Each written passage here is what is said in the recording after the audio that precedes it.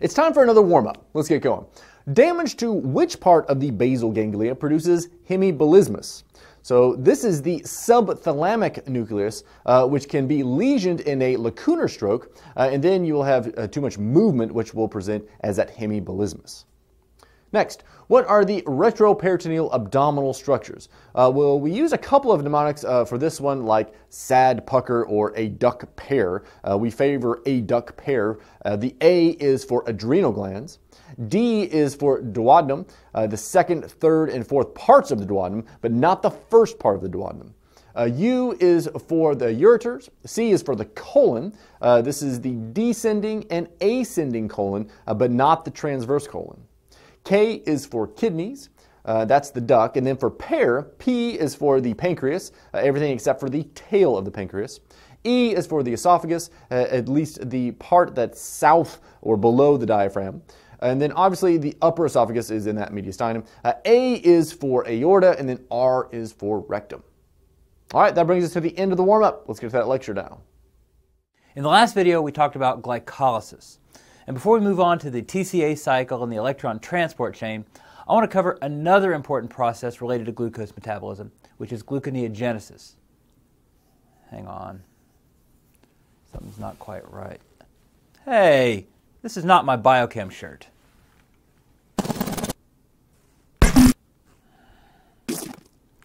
That's more like it. Now, where was I?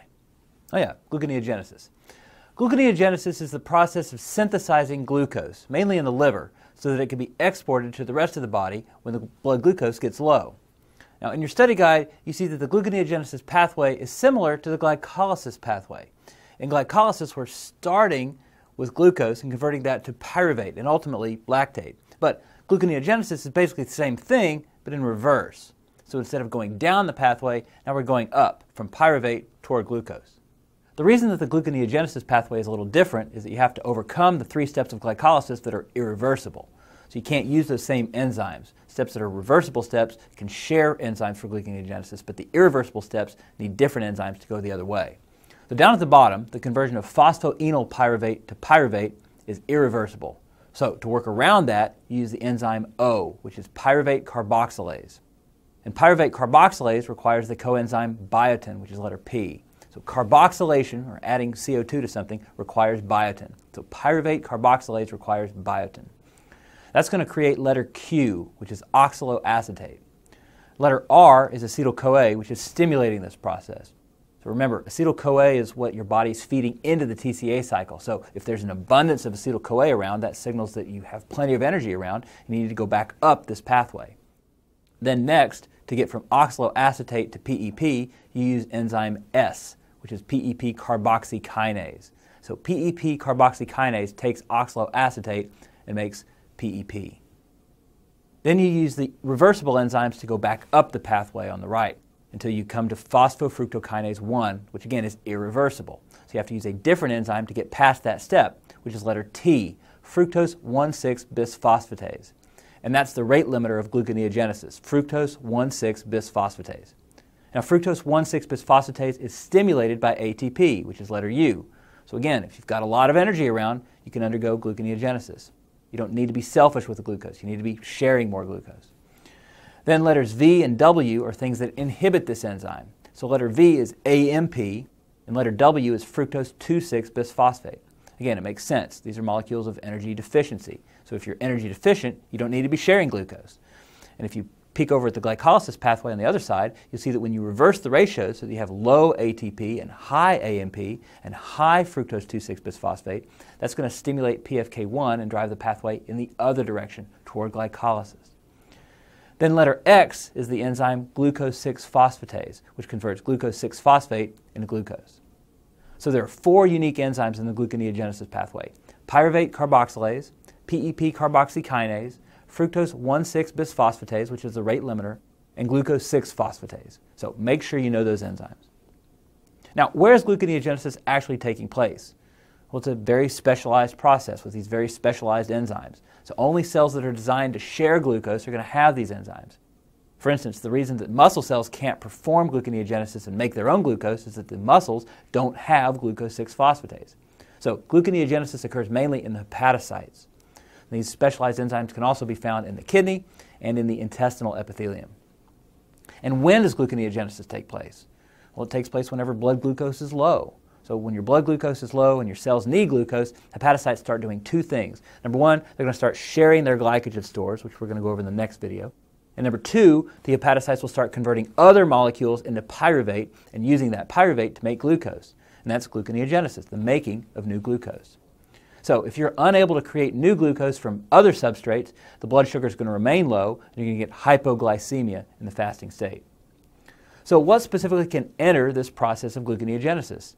Again, it's anything that can be converted to pyruvate.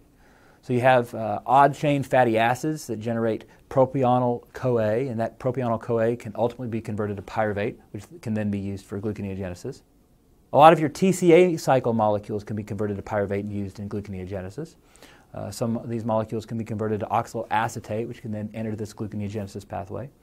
Also, some amino acids can be converted to TCA cycle substrates, or to oxaloacetate or to pyruvate, which can then be used for gluconeogenesis. Have you ever stopped to think about why our bodies go to such great lengths to make sure glucose is available? I mean, if there are all these other things that could be made into pyruvate and acetyl-CoA and then run through the TCA cycle, why bother with gluconeogenesis at all? What's so great about glucose? What's wrong with using fats and proteins and other stuff for energy? Well, it has to do with the amount of energy the different energy molecules can release. And that brings us to Gibbs free energy, which is very testable and actually does show up on step 1. So look at the question in your study guide. What is the formula for Gibbs free energy? The equation for Gibbs free energy is delta G equals delta H minus T times delta S. So the change in G equals the change in H minus T times the change in S. So G is Gibbs free energy. H is enthalpy, or the heat change in a constant pressure reaction. T is temperature, and S is entropy, which is disorder and randomness. Now remember, we said we have to couple energy-consuming endergonic reactions to energy-releasing exergonic reactions. And some compounds have more energy-releasing potential than others. So if you compared a molecule of glucose to a molecule of ATP, which of those has more exergonic potential? Well, glucose, of course, because you can generate around 32 ATPs from just one molecule of glucose. With ATP, you're just going to break off each of those phosphate groups and release energy that way. And here you see the relative exergonicity, or the Gibbs free energy release of certain compounds. So phosphoenolpyruvate can release 62 kilojoules of energy per mole, ATP can release 31 kilojoules, and AMP can release 14 kilojoules. So you can see here that as you go through the glycolytic pathway in the TCA cycle, you're actually losing some energy along the way. You're becoming less efficient, and you're generating compounds that are less and less exergonic. So glucose can release more energy than PEP, and PEP can release more energy than plain old pyruvate, and then ATP is what you're ultimately trying to generate. So be aware of the relative exergonicity of these molecules. That's pretty much all you need to know about Gibbs free energy. Since we have a little extra time, I want to review some of the important rate-limiting enzymes that we've already come across, and a few that we haven't gotten to quite yet. So remember, rate limiters are very important to know for step 1. And actually, let's do this as a whiteboard review.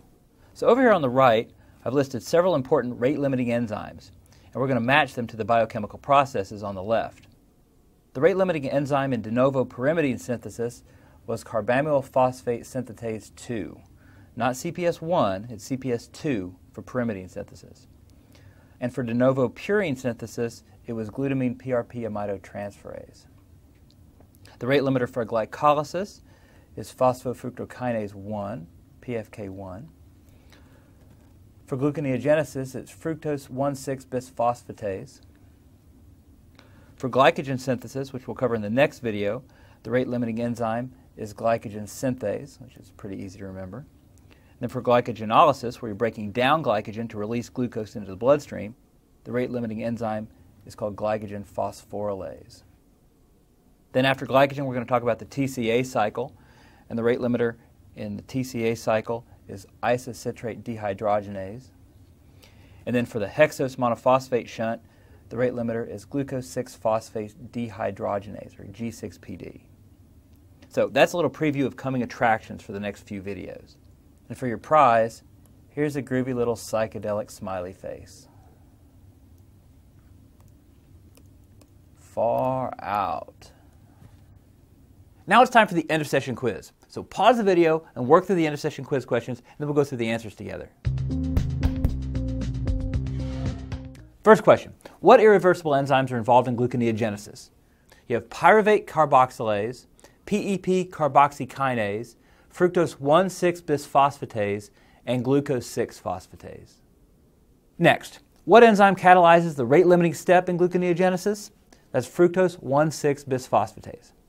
And the last question, order the following molecules by how much energy they contain that can be made available to fuel endergonic reactions.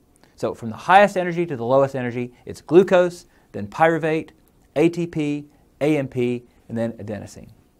That's it for now. I'll see you next time.